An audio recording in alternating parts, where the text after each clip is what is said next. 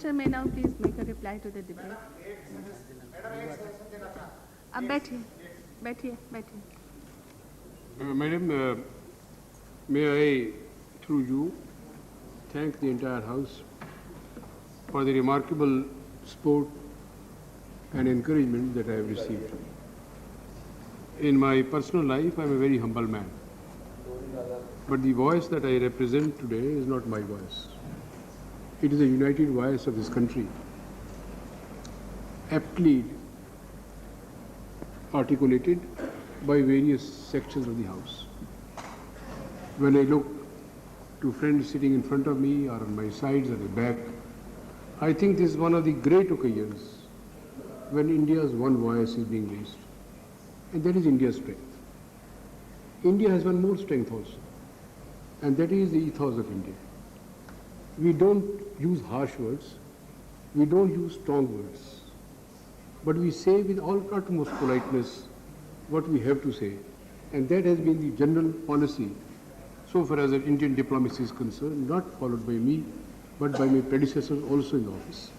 All of us have followed one line, and that is that where national interests are concerned, we have to firmly stand and stand together.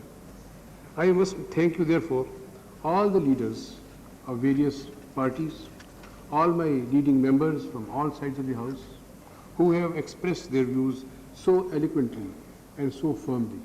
This gives this government and our case a strength. I am also going to take a few minutes to talk to you that the treaty talks have been going on in Geneva for more than 2.5 years. In this context, it is interesting for me to recall that in the 2.5 years, governments have changed. And I think all of us have come in office at one time or another, sometime for a slightly longer period, sometimes it was not so long, but the policy continued. And that is the real strength of India. And I think all of us follow the same policy. Instructions to our ambassador in Geneva from all people who occupied office that I am now occupying was similar. And that is, again, I repeat, is our strength. This is an irony in the whole situation as it is. And the irony is that some nuclear powers, 5 of them, have the heaps of arsenals in their stores, yet they don't feel satisfied with this. At one time, I remember, in early 80s, when we were discussing the nuclear weapons, it was at that time estimated that the weapons available to the world as a whole in the hands of these P5 were such that they could kill the entire world 9 times. I do not know how they want to, why they want to kill world 13 times or 14 times. And that is what continues. At the moment, the treaty they are talking, I had said at one time, is a charade. It does not really want to achieve what it pretends to. They really are trying to make their own weapons more sophisticated. And that is where I wish to draw particular attention to my friend, Lieutenant General Tripaঠি's remarks in this. And I support that. And I think he very eloquently expressed this. The difficulty at the moment is that all the talks that are going on in Geneva, they really do not fulfill the mandate that they have been going on, that was given to them by the UN. In my statement, I had said that the negotiators have the unambiguous mandate to conclude a CTBT which would contribute effectively to the prevention of proliferation in all its aspects, to the process of nuclear disarmament, and therefore enhancement of international peace and security. This is the mandate. Is it being sustained? Is it being abided? And we have therefore participated actively and constructively in these negotiations and have put forward a number of proposals consistent with that mandate. We have stated clearly that the CTBT must be truly comprehensive and not leave any loopholes that would permit the nuclear weapon states to continue refining and developing their nuclear arsenals at their test sites or in laboratories. And I want to emphasize the word laboratories even more. We have understood the importance of placing the CTBT in universal disarmament framework as a part of step-by-step process aimed at achieving complete elimination of all nuclear weapons within a time-bound framework. Now, I notice it is being absolutely clearly and openly said that this is impractical. And if it is impractical, then what is the conference about? And those who are saying it are the ones who are trying also to say that they are the high priests of the treaty. At the same time, they say that it is not possible really to eliminate the. It's a matter of regret that CTBT, as it has emerged, does not do justice to the mandate. Without being anchored in nuclear disarmament framework, it will not contribute to the process of nuclear disarmament. I had also said earlier, Madam, while talking here, that our nuclear policy is also very clear. And since some friends have asked me, what is our nuclear policy? Our nuclear policy, over all those years, has expressed that has been expressed in the CTBT negotiations. It is intimately linked with the national security concerns. We have never accepted the notion that it can be considered legitimate for some countries to rely on nuclear weapons for their security while denying that right to others. This has been consistent policy, also reflected in our rejection of the NPT that was done some years ago. It has been also discussed, and I think I'll come to those points later, and that is that we have also been asked, and the attention of the House has been drawn, that knowledge and technology is also being tried to be contained. After all, in today's world, whether we talk of space or we talk of nuclear sciences, one likes to have more knowledge, and I think India is one of those countries whose scientific manpower has proved that they can really do wonders if they are giving access to knowledge and technology. But they wish to make it a monopoly of some, which again I have said is not acceptable to us. The difficulty at the moment is, and I must say, and that is that, and I must draw your attention that about the option. Question has been asked about our option. And I must repeat, and I said that we are keen that we preserve our option. We continue to maintain our option. Why? Because so that we are able to take all necessary measures to cope with any threat. I repeat, to cope with any threat that may be posed to the security of the nation. We cannot allow this option to be restricted in any manner if other countries remain unwilling to accept the obligation of eliminating their nuclear arsenals.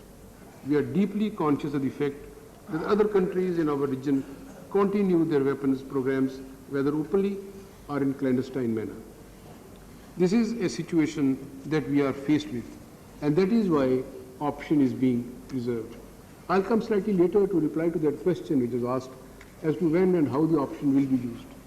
At the moment, I want to only say this thing, Madam, and that is that some questions have been asked, but before I come to that, I want to address myself to one major point, and that has been about Mr. Christopher's statement, to which many of my friends have drawn our attention. May I, with your permission, submit that we have seen the reports regarding the observation made by the US Secretary of State, Warren Christopher, during congressional hearing on the CTBT negotiations, including on India's position. As honorable members are aware, India has followed a reasonable and positive approach in the CTBT negotiations. The CTBT was an Indian initiative, and we are still supportive of the CTBT that is truly comprehensive and firmly placed within the framework of nuclear disarmament process. It is incorrect to say, as some have tried to imply, that we have been holding back progress in the negotiations. On the contrary, we have flagged our concern, but to our disappointment, these have not been adequately addressed to in the CD. The reports from Geneva indicate that some compromises are being considered to accommodate concerns of other delegations, particularly China. This shows that the Ramakar text is open to modifications. We continue to persist that our concerns are also those of other countries are addressed to in order to arrive at a genuine consensus. For this, we remain engaged in consultation processes underway in Geneva. In my statement on 31st of July, I informed the honorable members that India cannot sign this treaty in its present form. Further, we cannot permit any formulation in the draft treaty text that will impose an obligation on India. If there are attempts to push forward such text, we will have to oppose such efforts. This remains our firm position. We have seen press reports that some delegations are exploring the ways of bypassing the CD and bring the treaty text to the United Nations General Assembly in New York. These are procedural devices. While we will make our position to the treaty known in all fora, I hope that honourable members will agree that it may not be desirable nor may it be helpful for me to state in details of the line that we will follow as the situation develops. It is understood by many countries that the approach being adopted by the draft treaty text is unprecedented in treaty negotiation practices. Yet, they are reluctant to bring in changes because of the rigid position adopted by a small number of countries. I had, in my statement, referred to my useful meetings with a number of foreign ministers in Jakarta. As the House knows, I had also met Secretary of State, Mr. Christopher. I must say that it was a pleasant and friendly meeting. While discussing broad range of issues, we also discussed the CTBT, on which we agreed to disagree. The Secretary of State and myself took a broader view of the Indo-US relations, which are positive and serve the interests of both our countries.